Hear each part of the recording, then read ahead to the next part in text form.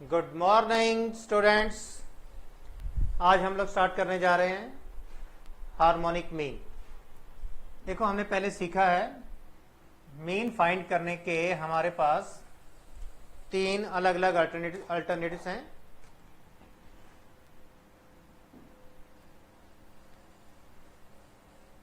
Arithmetic mean, geometric mean और तीसरा है हार्मोनिक मीन।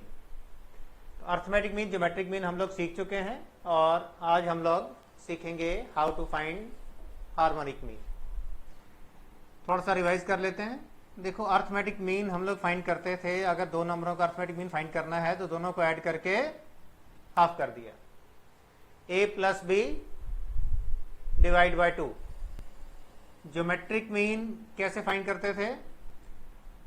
अगर हमें दो नंबर गिवन है a और b, तो ज्योमेट्रिक मीन की वैल्यू आएगी, दोनों को मल्टीप्लाई किया a इंटू बी और फिर उसका हमने रूट निकाल दिया। ठीक है। सिमिलरली अब हम सीखने जा रहे हैं how to find harmonic mean. तो देखो, हार्मोनिक मीन कैसे निकलता है। Harmonic mean of a and b कैसे निकलेगा? पहले तो a और b दोनों को रेसिप्रोकल कर दो। तो इस तरह से लिखना है 1 by a plus 1 by b, दोनों को ऐड किया और ऐड करके अब इसका हाफ कर दो।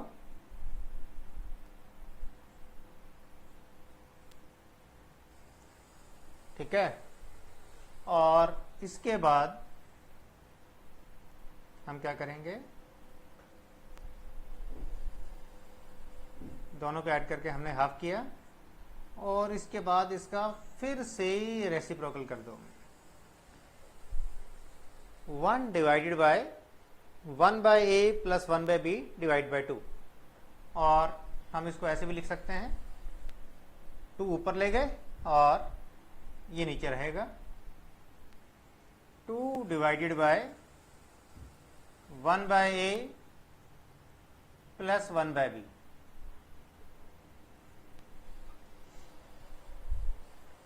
ठीक है। तो समझ में आया हार्मोनिक मीन कैसे निकलेगा। Harmonic mean of A and B is equal to 2 upon 1 by A plus 1 by B. इसी तरह से अगर दो से ज्यादा नंबर होंगे तो how to find harmonic mean of A B and C.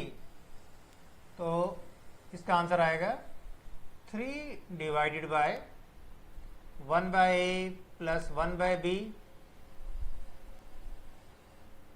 Plus 1 by C. 3 divided by 1 by A plus 1 by B plus 1 by C and so on. तो अल्टीमेटली अगर n टर्म्स होंगी तो जनरल फॉर्मूला क्या बनेगा harmonic mean का? Harmonic mean का formula बनेगा n ऊपर और 1 बाय x1 नीचे plus 1 bye x2 plus 1 bye x3 और प्लस डैश डैश और प्लस 1 बाय xn। ठीक है। और इसे हम शॉर्टकट में लिख सकते हैं, harmonic mean is equal to n upon sigma 1 by x। ठीक है। जैसे अर्थमेटिक मीन का फॉर्मूला अगर हम n टर्म्स में सीखें तो क्या बनता था, sigma x divided by n। तो हार्मोनिक मीन का बन गया इसका उल्टा, n ऊपर और सिग्मा x नीचे, n ऊपर और सिग्मा नीचे, लेकिन x का भी 1 बाय x आ गया। ठीक है। तो नेचुरल है कि हमें ऐसा लग रहा है कि तो बड़ा कॉम्प्लिकेटेड और बड़ा अजीब सा फॉर्मूला है, लेकिन है बड़ा यूजफुल। ठीक है। कैसे यूजफुल है देखो,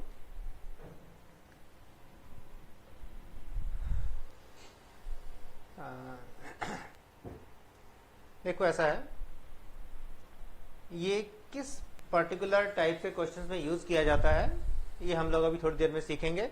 तो नेचुरल है कि जहां पर इसकी जरूरत पड़ेगी तब सिर्फ इसी से ही करेक्ट आंसर आएगा, वहां पर अर्थमेटिक मीन ज्योमेट्रिक मीन वाले आंसर सारे फेल हो जाएंगे और बेकार हो जाएंगे। ठीक है, जैसे दवाई की गोली छोटी सी होती है और बड़ी कड़वी होती है ना, लेकिन जब तबीयत खराब हो बुखार हो तो आराम उसी से आता है, किसी और चीज से नहीं आएगा। इसी तरह से ये भी जितना कॉम्प्लिकेटेड है, लेकिन जब क्वेश्चन में इसका यूज आएगा तो इसकी कॉम्प्लिकेशंस खत्म हो जाएगी और इसका यूज देखकर हम हैरान रह जाएंगे कि वाह बहुत बढ़िया फॉर्मूला है। अच्छा ठीक है, अब एक छोटा सा क्वेश्चन हम लोग करके देखते हैं। तो अल्टीमेटली आप लोगों को हार्मोनिक मीन का फॉर्मूला क्लियर हो गया नहीं हो गया? हार्मोनिक मीन का अल्टीमेट फॉर्मूला है n अपॉन सिग्मा 1/x। एक बार नोट कर लो, मिटाकर हम आगे चलेंगे इसके बाद।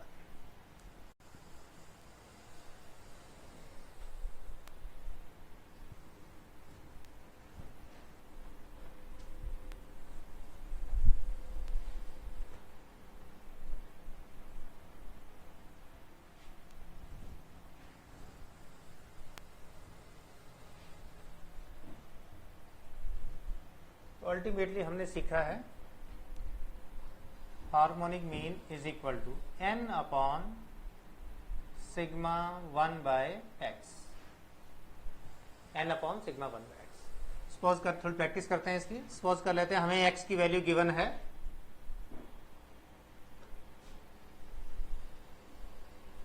2, 3, 5, 7, 8, 10, 12, 15, 20 और 25। ठीक है, तो हम सबसे पहले क्या करेंगे, सिग्मा 1/x निकालना है तो पहले x का रेसिप्रोकल किया हमने, 1/x की वैल्यू निकालते हैं।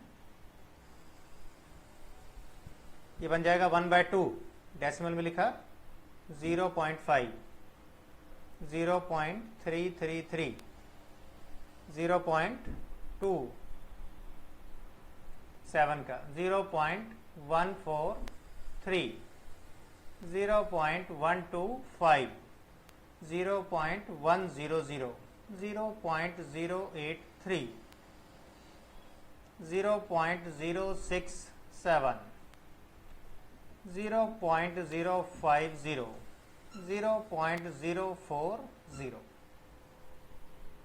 अब हम सबका सम निकालेंगे।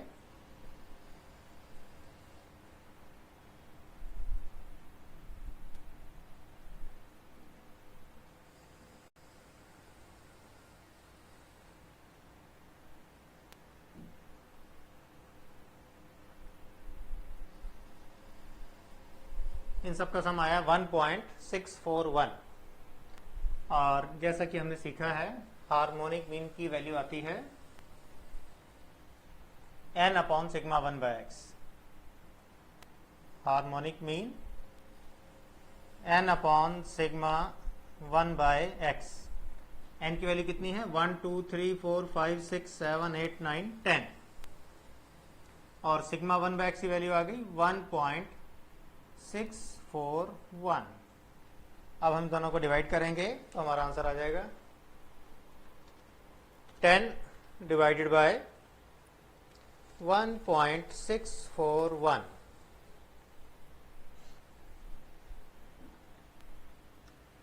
तो आंसर आया 6.09।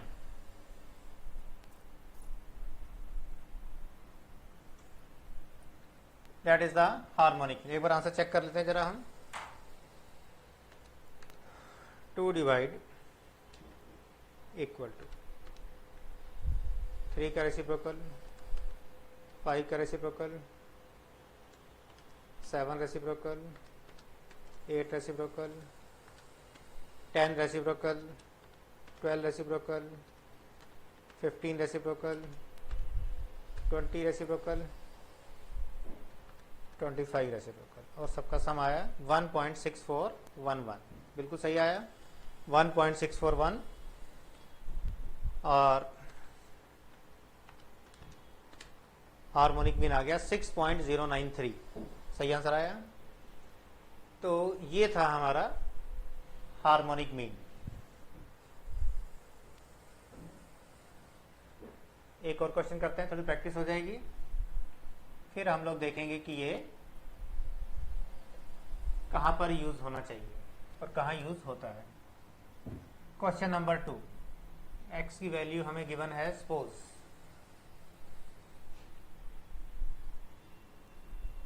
40, 50, 100।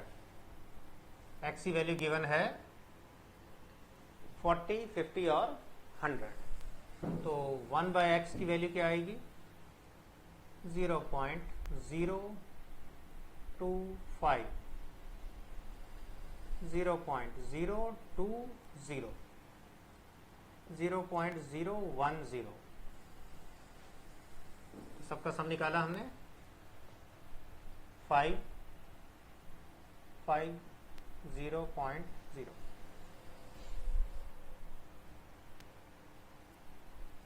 तो हार्मोनिक मीन की वैल्यू क्या आएगी? n upon sigma 1/x। n की वैल्यू कितनी है? 3, 1, 2, 3। और सिग्मा 1/x की वैल्यू आ गई 0.055। दोनों को डिवाइड करेंगे हम लोग।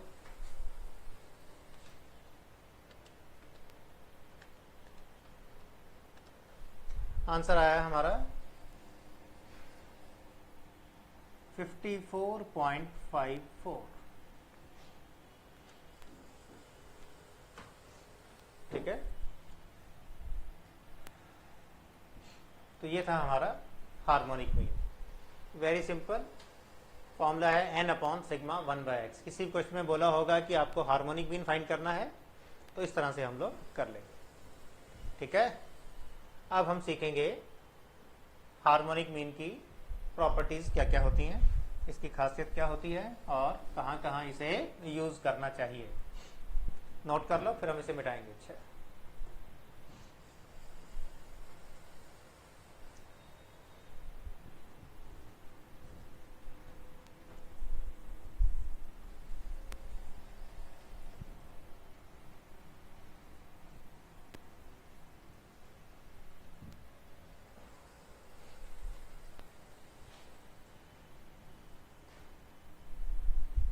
अब हम लोग सीखने जा रहे हैं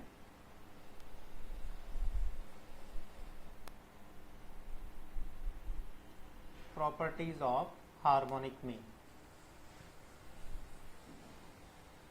सबसे पहली प्रॉपर्टी होती है इसकी, harmonic mean is the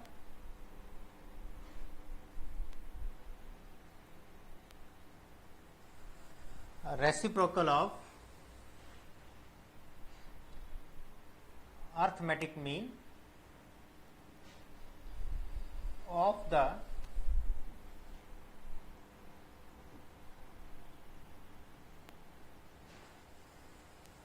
reciprocal of the data। पहली प्रॉपर्टी क्या है? हार्मोनिक मीन क्या है? ये रेसिप्रोकल ऑफ अर्थमेटिक मीन है। यानी अर्थमेटिक मीन अगर होता है a प्लस b/2, तो ये उसका रेसिप्रोकल है, 2 ऊपर और डाटा नीचे। लेकिन अर्थमेटिक मीन भी गिवन डाटा का नहीं, अर्थमेटिक मीन निकलेगा of the reciprocal of the data.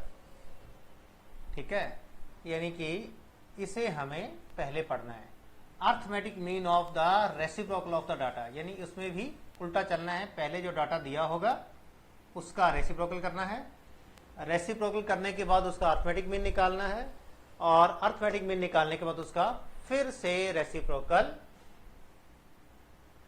कर देना है। ठीक है, तो आप देख रहे हो कि इसमें दो बार रेसिप्रोकल आ रहा है, तो नेचुरल है कि अगर एक ही बार रेसिप्रोकल आता तो हमारा आंसर सही कैसे होता। एक नंबर का रेसिप्रोकल निकाला और उसका फिर से रेसिप्रोकल निकालेंगे तभी तो सीधा होगा ना वो। ठीक है, ध्यान से देख लो, हार्मोनिक मीन क्या है? Is the reciprocal of the arithmetic mean of the reciprocal of the data. इसी वजह से फॉर्मूला बना, डाटा ए एंड बी हो गया, इसका रेसिप्रोकल निकाला, 1/a और 1/b हो गया, रेसिप्रोकल होता डाटा, उसका अर्थमेटिक मीन निकाला तो दोनों को ऐड करके हमने हाफ कर दिया, अर्थमेटिक मीन आ गया। अब इस आंसर का फिर से रेसिप्रोकल कर देना है, इसका उल्टा, यानी 2 ऊपर और ये नीचे। तो रेसिप्रोकल का मतलब इसे 1 के अपॉन में डाल दो।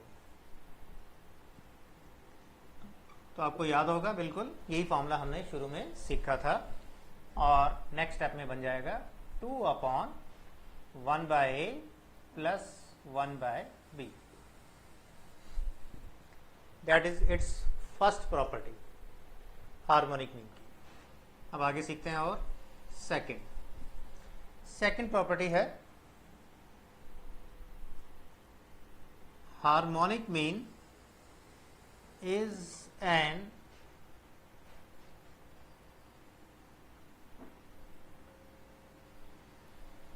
appropriate average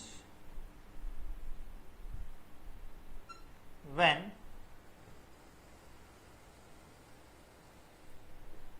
the data is given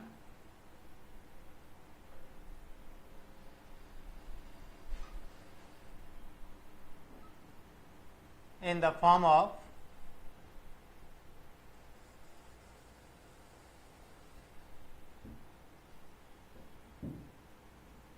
prices,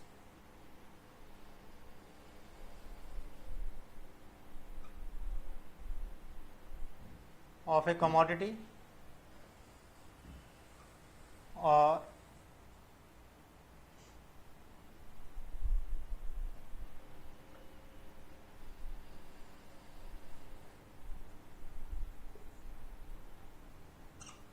in the form of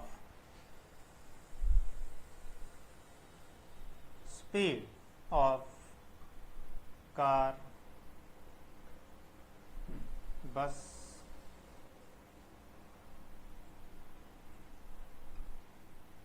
train etcetera. यानी हार्मोनिक मीन जो है वो हमें एप्रोप्रिएट आंसर बताता है, एप्रोप्रिएट एवरेज वाला आंसर बताता है जब डेटा जो है वो हमें गिवन है प्राइजेस ऑफ ए कमोडिटी, किसी कमोडिटी की प्राइस गिवन है और प्राइस का हमें एवरेज निकालना है, तो हार्मोनिक मीन एप्रोप्रिएट है।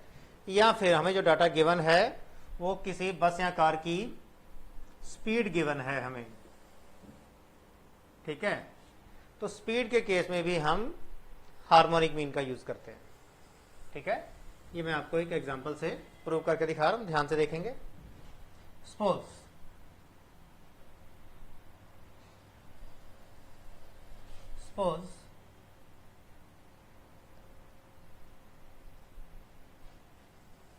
Speed of A car, assume कर लेते हैं कार है, तो कार की स्पीड हमें दी हुई है 50 किलोमीटर पर आवर और 100 किलोमीटर पर आवर।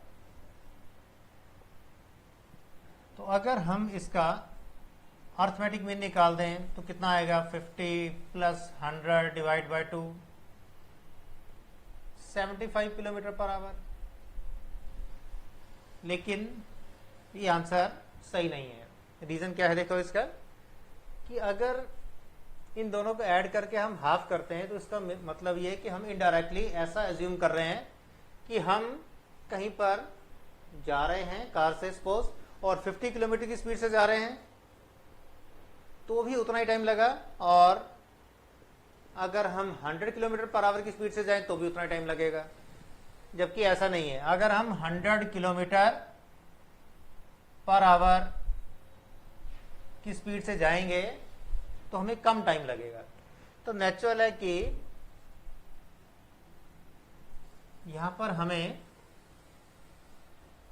पता लगाना पड़ेगा कि टाइम कितना लगा। देखो अगर हम ये सपोज कर लें कि हमें 200 किलोमीटर का डिस्टेंस कवर करना है और हम 50 की स्पीड से जा रहे हैं तो टाइम कितना लगेगा, 4 आवर्स। और अगर 100 की स्पीड से जाएं तो 200 किलोमीटर कवर करने में कितना टाइम लगेगा, 2 आवर्स। तो नेचुरल है कि ये रिलेशन जो है वो इंपॉर्टेंट है कि 50 की स्पीड से जाएंगे तो जो काम 4 आवर्स में होगा, 100 की स्पीड से जाएंगे तो 2 आवर्स में हो जाएगा, ठीक है। तो देयरफॉर अगेन हम लोग अर्थमेटिक निकाल रहे हैं, अर्थमेटिक मीन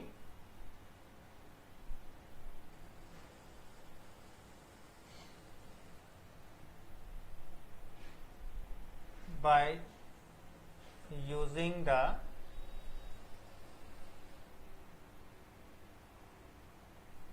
टाइम फैक्टर।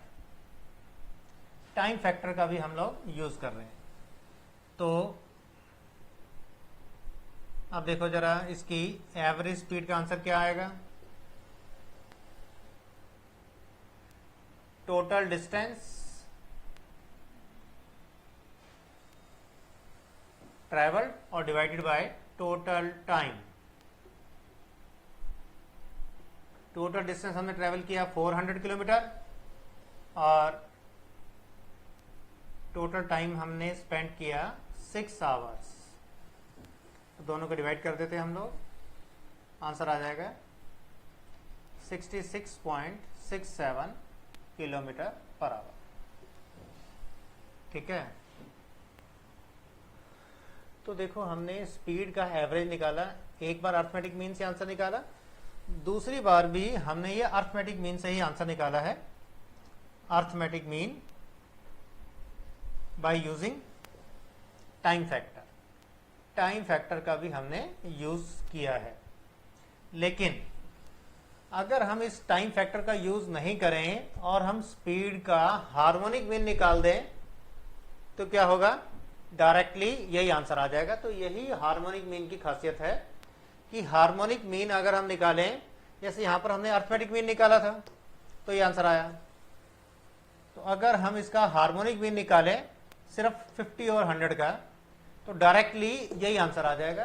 तो जिससे प्रूव हो जाएगा कि हाँ, हार्मोनिक मीन जो है वो इस तरह के क्वेश्चंस के लिए जिसमें स्पीड गिवन हो, बेटर एवरेज है। अच्छा, तो एक बार मैं इसे हार्मोनिक मीन से करके दिखा रहा हूं।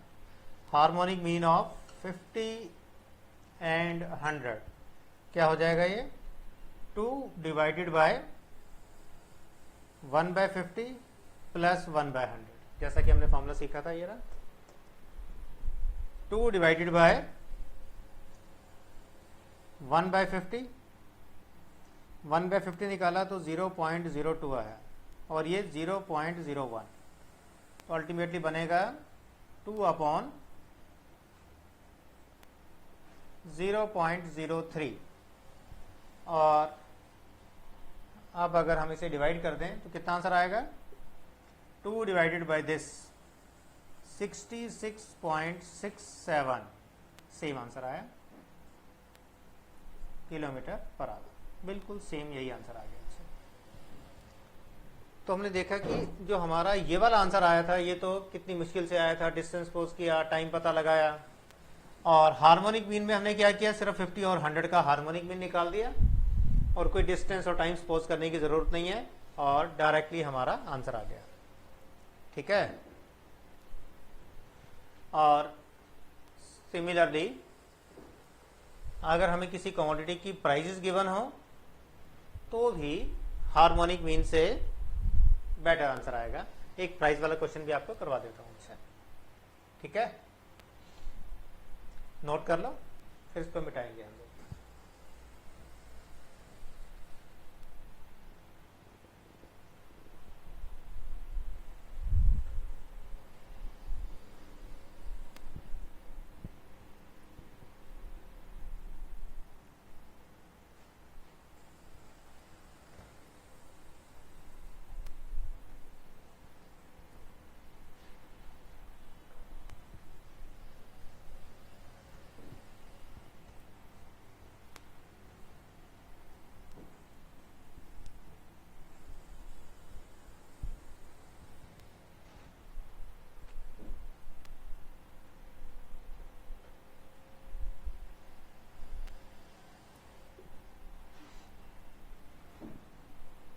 दूसरी प्रॉपर्टी थी harmonic mean is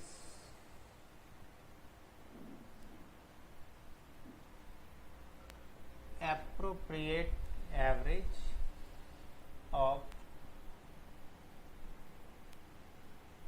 prices and speeds. तो स्पीड वाला तो मैंने आपको करवा दिया, अब एक प्राइस वाला एग्जांपल करवा रहा हूं, ध्यान से देखेंगे। सपोज कर लेते हैं कि हमें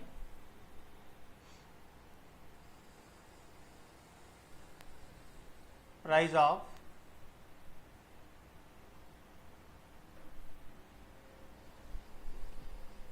पेट्रोल गिवन है और यहां पर हमें मंथ्स दिए हुए हैं, अलग अलग मंथ्स में।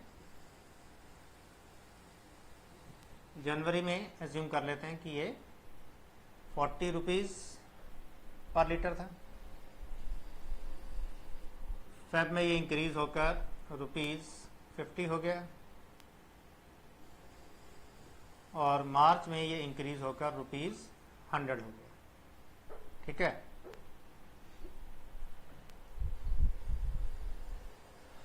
तो देखो जैसे जैसे प्राइजेस इंक्रीज होती है तो उसकी डिमांड के ऊपर भी असर पड़ता है। अच्छा, तो जब तक इस प्राइस के आगे हमें इसकी डिमांड या क्वांटिटी गिवन नहीं होगी तब तक हम इसका मीन नहीं निकाल सकते।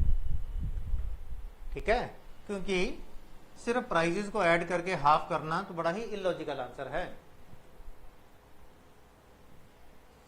इसमें हम ये एज्यूम करते हैं कि हाँ जी, प्राइस अगर 40 रुपीज पर केजी है, पर लीटर है, तो भी हमने 1 केजी या 1 लीटर परचेज किया।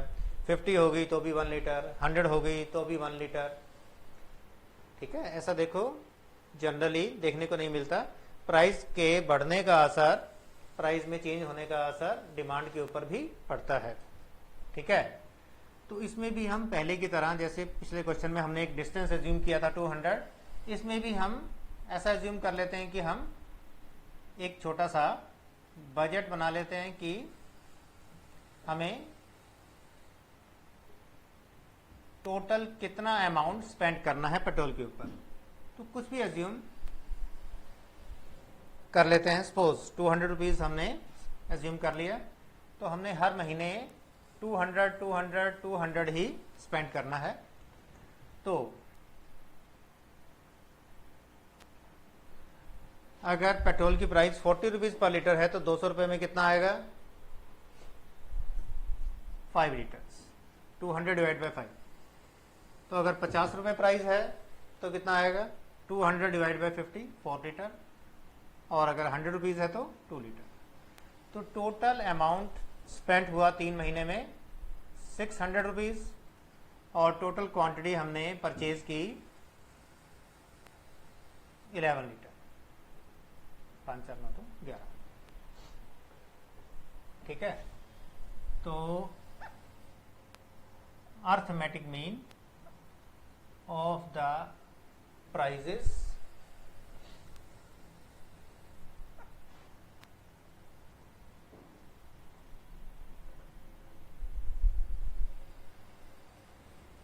by using the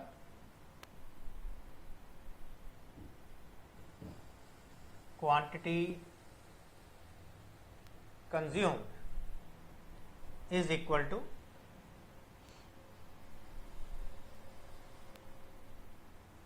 ठीक है। देखो जैसे अर्थमेटिक मीन में होता है ना, इसे हम अगर x सपोज कर लें, ये उसका वेट हो गया और ये W इंटू एक्स हो गया है ना। देखो अगर हम इन दोनों को मल्टीप्लाई करेंगे तो सेम आंसर आएगा। This divide by this, this है तो दिस इंटू दिस इसके इक्वल होगा। 45 द 200, 54 द 200, 100 टू द 200। ठीक है, तो हम लोग इसे फॉर्मूले की फॉर्म में भी लिख सकते हैं कि arithmetic mean will be equal to sigma WX upon sigma W। जैसे sigma FX upon sigma F होता है ना, वैसे इसको हमने F के बदले W लिख दिया। Sigma WX upon sigma W, that will be 600 upon 11। तो डिवाइड करके आंसर आ जाएगा ये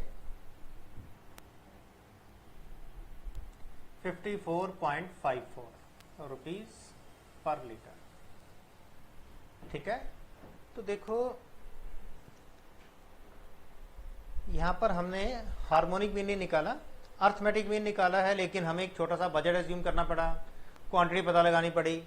लेकिन अगर हम ये बजट एज्यूम ना करें, कोई क्वांटिटी पता ना लगाएं, डायरेक्टली इसी प्राइजेस का हार्मोनिक मीन निकाल दें तो हमारा आंसर बिल्कुल सेम आएगा। अच्छा ठीक है, harmonic mean of the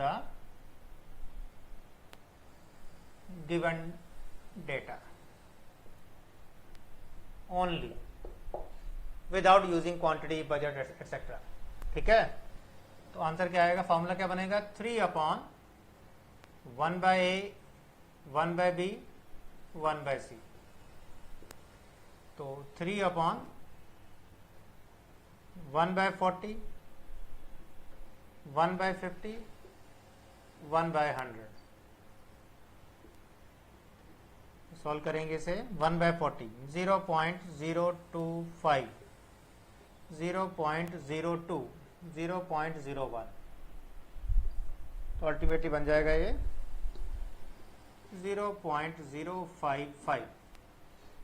divide करते हैं इसको, 3 डिवाइड बाय 0.055 54.54।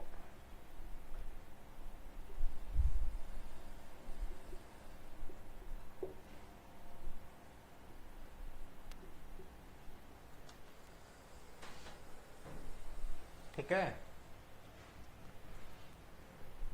तो जो आंसर हमारा ये सब बजट वगैरह यूज करके आया था हार्मोनिक मीन में, विदाउट यूजिंग द क्वांटिटी और without using the budgeted amount, directly answer आ गया 54.54 रुपीज पर लीटर। ठीक है, तो ये थी इसकी सेकंड प्रॉपर्टी। अब हम आगे चलेंगे, नोट कर लो, फिर हम इसको मिटा देंगे।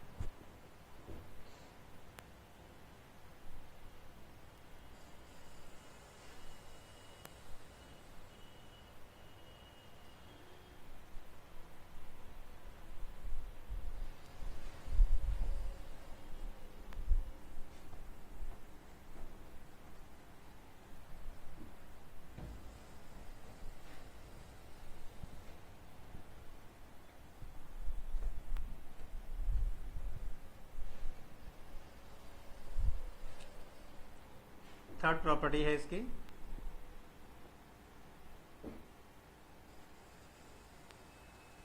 Harmonic mean is always less than or equal to geometric mean and less than or equal to arithmetic mean। मतलब ये कि हार्मोनिक मीन का आंसर हमेशा सबसे छोटा आएगा। ठीक है, मैंने साथ में लगे हाथों ज्योमेट्रिक मीन और अर्थमेटिक मीन को भी कंपेयर कर दिया। सबसे बड़ा आंसर आता है अर्थमेटिक मीन का, ज्योमेट्रिक मीन उससे थोड़ा सा छोटा होता है और हार्मोनिक मीन उससे भी छोटा होगा, स्मॉलेस्ट। ठीक है, हार्मोनिक मीन जो है ये बिल्कुल स्मॉलेस्ट होगा as compare to geometric mean and arithmetic mean. इसको भी एक एग्जांपल से प्रूव करके दिखा रहा हूं, ध्यान से देखो। सपोज एक्स की वैल्यू हमें गिवन है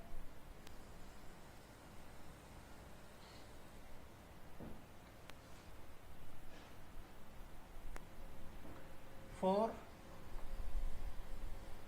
and 5 and 20। एक्स की वैल्यू गिवन है, दो वैल्यू ले ली हमने 5 and 20।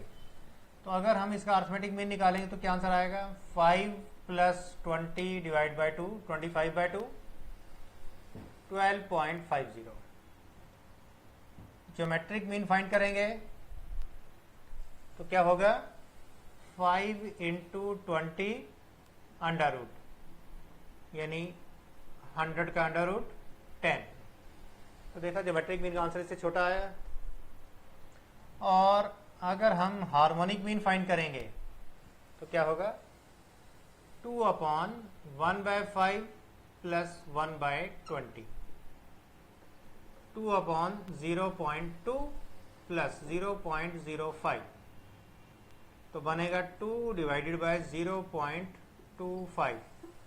इसको डिवाइड करेंगे तो आंसर आएगा 8, 2/8।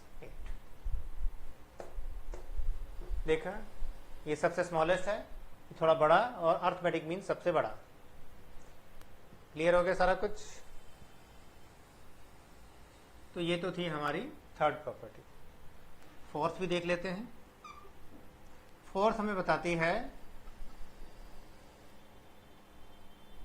relationship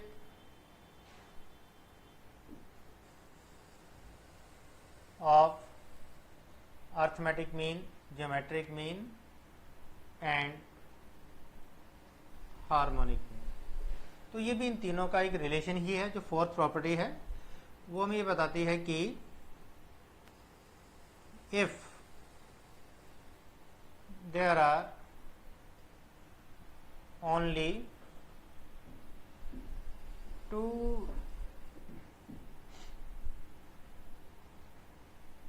if there are only two items in the given data like 5 and 20, दो ही यूनिट्स हैं, सिर्फ दो ही आइटम्स हैं। if there are only two items in the given data then क्या होगा? Arithmetic mean into harmonic mean will be equal to the square of geometric mean। तो ये एक रिलेशनशिप है तीनों मीन्स के बीच में। ध्यान से देखो, अर्थमेटिक मीन और हार्मोनिक मीन को मल्टीप्लाई करेंगे तो ज्योमेट्रिक मीन के स्क्वायर के इक्वल आंसर आएगा। ये भी हम यहां पर प्रूव करके देख लेते हैं। Arithmetic mean into harmonic mean equal to geometric mean का स्क्वायर। अर्थमेटिक मीन की वैल्यू आई 12.5, हार्मोनिक मीन 8 और ज्योमेट्रिक मीन 10 का स्क्वायर। तो 12.5 इंटू 8 निकाल कर देखो, आंसर आएगा 100। 10 का स्क्वायर करेंगे तो आंसर आएगा 100। तो फोर्थ प्रॉपर्टी भी प्रूव हो गई कि ज्योमेट्रिक मीन का जो स्क्वायर है that is always equal to the product of arithmetic mean and harmonic mean. मेरे ख्याल से क्लियर सारा कुछ। आगे देखते हैं।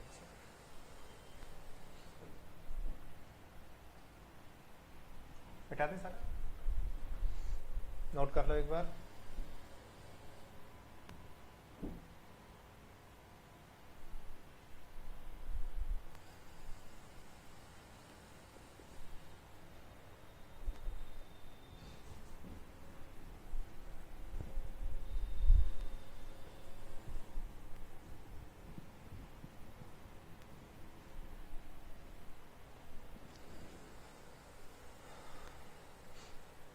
तो देखो ऐसा है, प्रैक्टिस के लिए हम लोग प्रॉपर्टी जितनी ही है सिर्फ कितनी लिखवा दी, 4। तो एक क्वेश्चन मैं लिख रहा हूं, ध्यान से देखो। x की वैल्यू गिवन है 25, 30, 40, 50, 55, 80, 100, 125,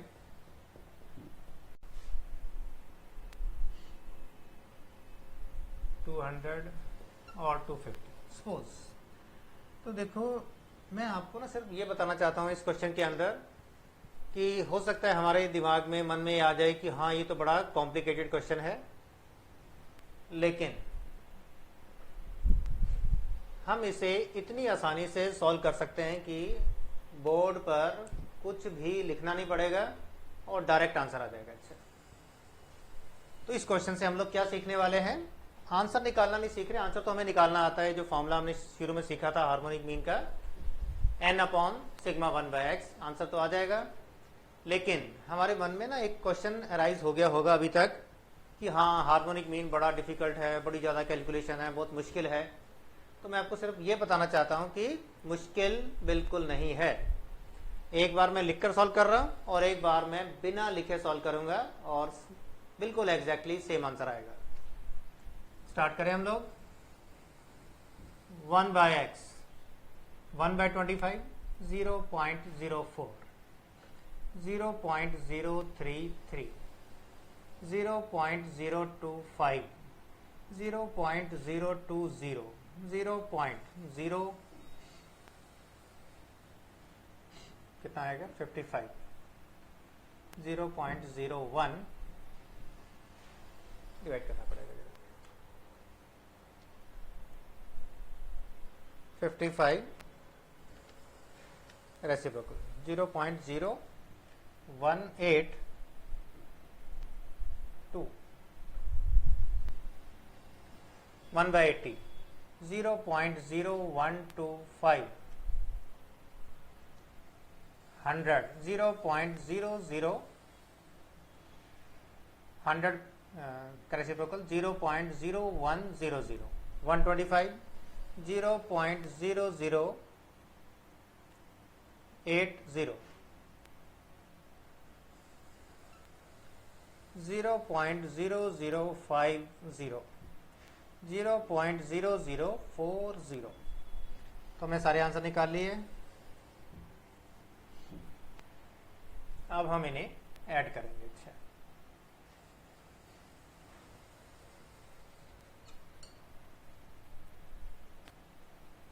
3 5 8 16 26 4 3 35 3 4 7 3 10 15 16 17।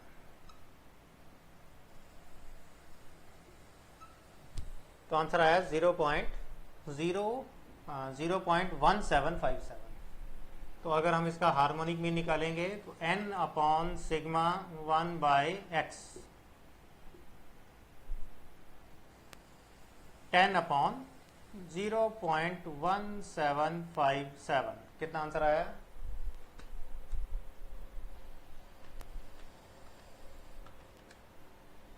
.1757 5.69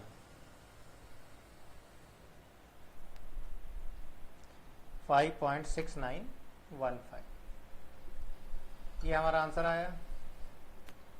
तो नेचुरली हमारे मन में क्वेश्चन तो अराइज हुआ ही होगा कि बड़ा ही कॉम्प्लिकेटेड है, बहुत ज़्यादा कैलकुलेशन करनी पड़ती है। अब मैं आपको बिना किसी कैलकुलेशन के डायरेक्टली यही आंसर फाइंड करके दिखा रहा हूँ। ध्यान से देखेंगे, ठीक है। देखो मैं यहाँ पर सॉल्व करके दिखाऊंगा कैलकुलेटर के ऊपर बिना कुछ लिखे। अगर कुछ समझ नहीं आए तो परेशान मत होना, मैंने जो कुछ भी किया होगा इसके ऊपर सारा का सारा यहाँ पर अभी लिखवा दूंगा। एक बार चेक करके देखते हैं, ठीक है। मेरे साथ साथ चलो आप लोग। सबसे पहले लिखेंगे हम 25, फिर डिवाइड, और फिर यहाँ पर जो एक m प्लस का बटन होता है ना, उसे प्रेस कर लो। इसके बाद कुछ नहीं करना, डायरेक्टली लिखो next number 30 divide m plus, 40 divide m plus, 50 divide m plus, 55 divide m plus. थोड़ा कैलकुलेटर खराब हो गया था, शुरू से कर रहे हैं दोबारा। 25 divide m plus, 30 divide m plus, 40 divide m plus, 50 divide m plus, 55 divide m plus, 80 divide m plus, 100 divide m plus, 125 divide m plus, 200 divide m plus, 250 divide m plus, ठीक है।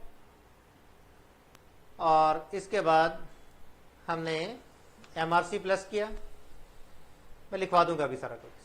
MRC के बाद divide और equal to का button press करो।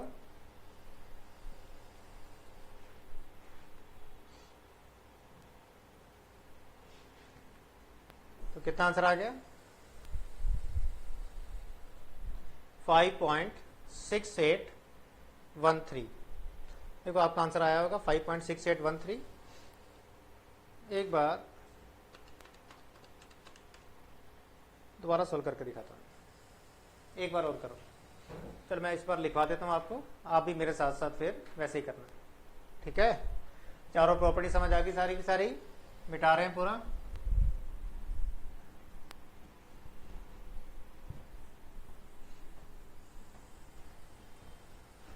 तो देखो बिना नोट किए कैलकुलेटर के ऊपर आपको क्या करना है, पहले फर्स्ट नंबर लिखना है 25,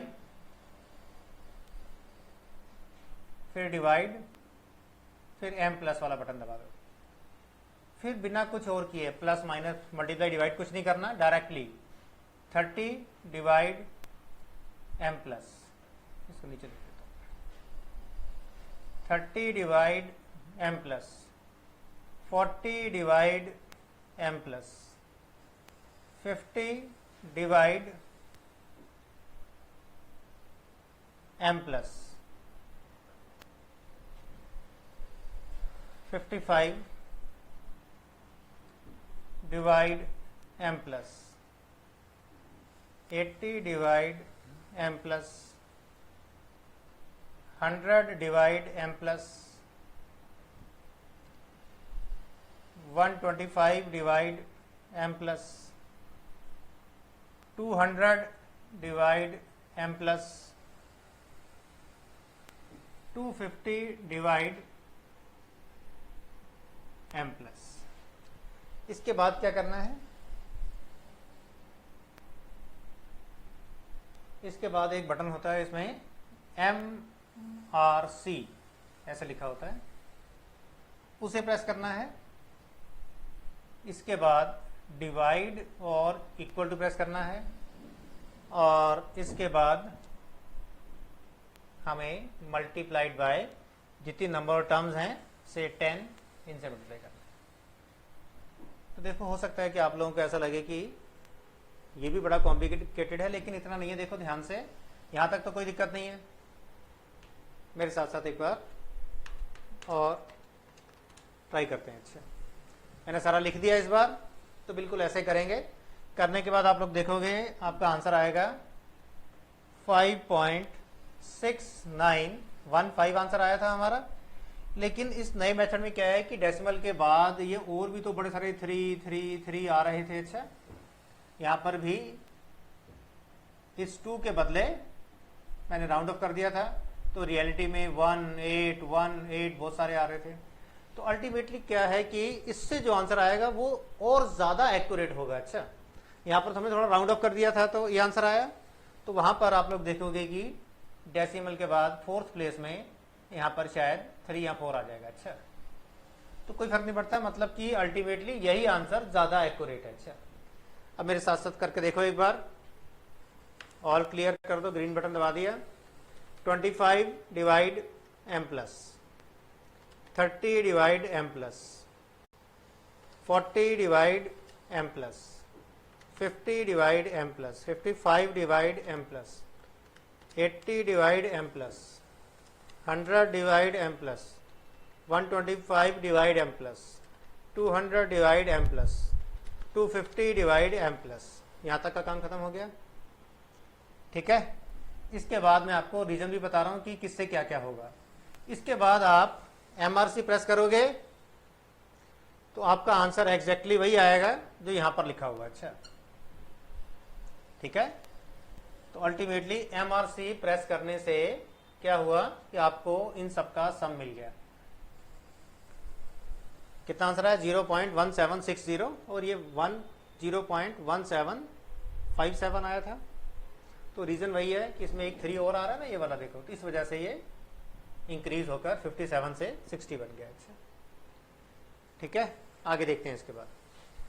इसके बाद अगर आप चाहो तो ये सारी कैलकुलेशन अवॉइड कर दो और डायरेक्टली 10 डिवाइड बाय दिस करना है। तो अल्टीमेटली जब आपके पास इन सबका सम आ गया तो आपको करना क्या है, 10 को इससे डिवाइड करना है। ठीक है,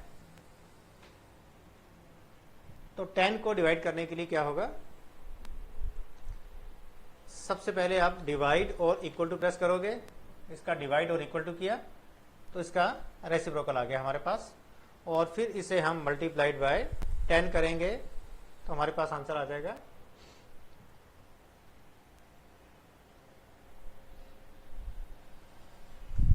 56.81।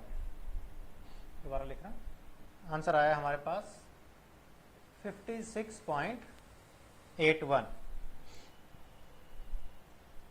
यहां पर भी मैं डेसिमल के बाद सारी डिजिट्स अगर ले लूं तो क्या होगा, ये भी 57 के बदले 60 बनेगा, क्योंकि इसमें एक फोर्थ डिजिट में 3 और आ गया। अच्छा, ये वाला, और ये पहले जैसे लिखा रहने दिया हमने।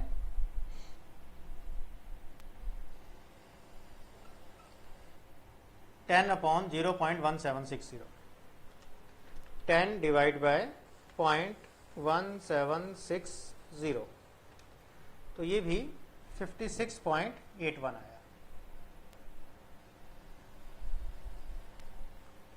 इसका आंसर आया 56.81, इसका आंसर भी 56.81।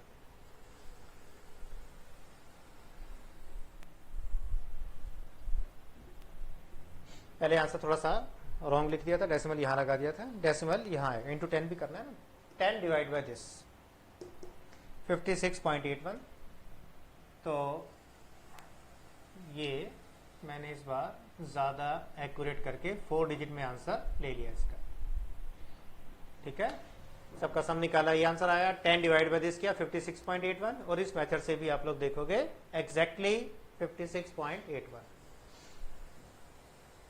Very good method. ठीक है, that is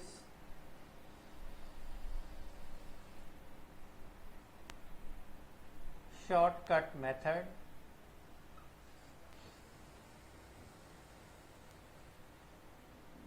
to find harmonic mean directly on your calculator।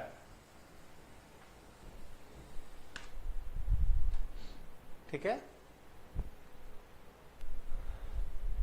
That's all for today, बाकी हम नेक्स्ट क्लास में करेंगे।